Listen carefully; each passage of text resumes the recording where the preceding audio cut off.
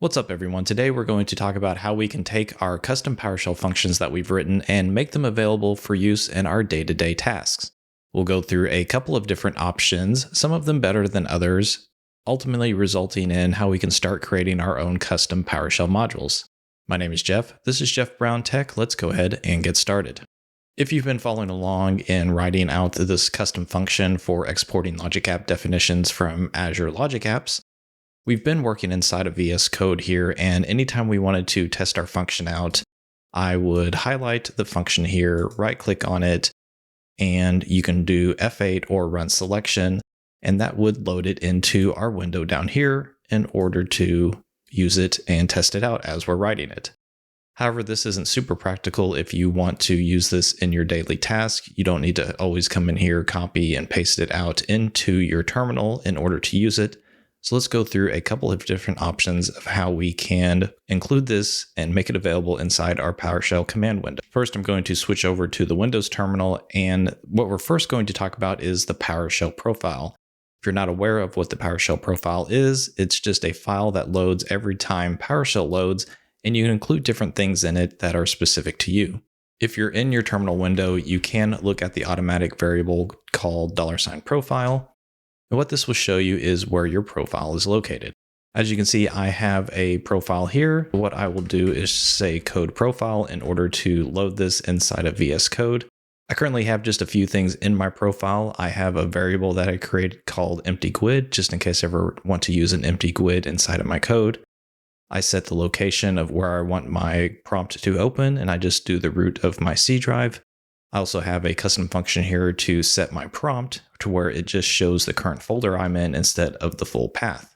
But what we can do is paste in our custom function here, and every time we open up PowerShell, it will load our profile and include our custom function inside of our prompt. Let's go back over to my advanced function. I'm going to copy this, and then we'll just go down here and paste it into my profile. And this function is now included inside my PowerShell profile. I'll go ahead and save my changes. Now, if we go back to my PowerShell window here and I start to type out export logic app and I try to hit tab complete, it's not going to load. That's because the profile has already been loaded and ran when I open this session. And that means the function is not going to be available. There are a couple of things we can do here. One, we can just open a new tab. PowerShell will run through, it will reload my profile, and the function should be made available then. If you're ever making changes to your profile and you just want to reload it, you can dot source it by just putting a dot in front of the file name, because profile is just representing a file name here, and it will reload your profile for you. And now if I start typing export logic app and I hit tab, it's going to autocomplete for me, and that now means that function is loaded inside my current session and I can use it whenever I need to. Including functions inside your profile is a pretty good option, but if you start having a lot of custom functions, your profile is going to get very, very large. Might slow down loading your profile command window as it attempts to import all these functions, or it might just get hard to manage this as you get more and more functions inside your profile. What I'm going to do is just undo that and remove that out of my profile for right now. Another option is you can just dot source your PS1 file that includes your function and include that inside your profile. Let me just paste this in here. This is the full path out to the PS1 file that we've been working with here in this other tab that includes our function. And then I just include a dot at the beginning to dot source it. And whenever you dot source a PS1 file like this, it will automatically load and include functions, variables, anything else that you include inside that file. Let me go ahead and save this. We'll go back to our Windows terminal. Let me just go ahead and open a new tab. And right now, since I just opened a new tab, it should have loaded my function here. So if I start typing export logic app and hit tab, it now also loads it for me. Just to recap, if you have lots of functions that you want to include, you can just put them in a file, dot source that file inside your profile. It'll load them up and make them available to use. Now this is pretty good, but what you maybe want to do at this point is start making your own module that you can have that includes all your custom functions and load it into your shell automatically instead of having to load it through your profile like this. What I'm going to do, let me just delete this and get my profile back to the way it was. And let's get back out to my command prompt window here. If you're new to PowerShell or even experienced with PowerShell, you've probably worked with modules already. Maybe you've installed them from the PowerShell gallery. Now, when you install modules from the PowerShell gallery or any other type of repository, it stores them on your local system. And you can find where it stores them by looking at the environment variable PS module path. So let's just start typing this out here, PS module path. This puts out, a long string here, but one thing we can do is just split it on the semicolon, and we can see the different paths that modules are saved on our system. First one here is just in my user profile. So if you ever install a module and put the scope as current user, that's where it should put it. Otherwise, it can put it in program files or in the system32 folder here on a Windows system. What we can do is take our custom function, put it into a module, and put it into one of these paths. That way, anytime we load up PowerShell, it'll include all those modules, and we can autocomplete our commands at that point and make them available. We're going to get started by putting it in my profile. We'll put this in there. Let's open up Windows Explorer. As you can see, all the current modules that I have installed here, we have Azure modules. If I scroll down a little bit more, there's Microsoft Graph. I typically don't have a ton of modules that I use on a day-to-day basis. And if we go into this folder here of this version, we have a couple of different files, XML, PSD1, PSM1, etc. You might even see DLL files. That means it's probably just written in C# and compiled commandlets like that. But what we're going to do is create a module based on a PSM1 file that just includes our custom functions.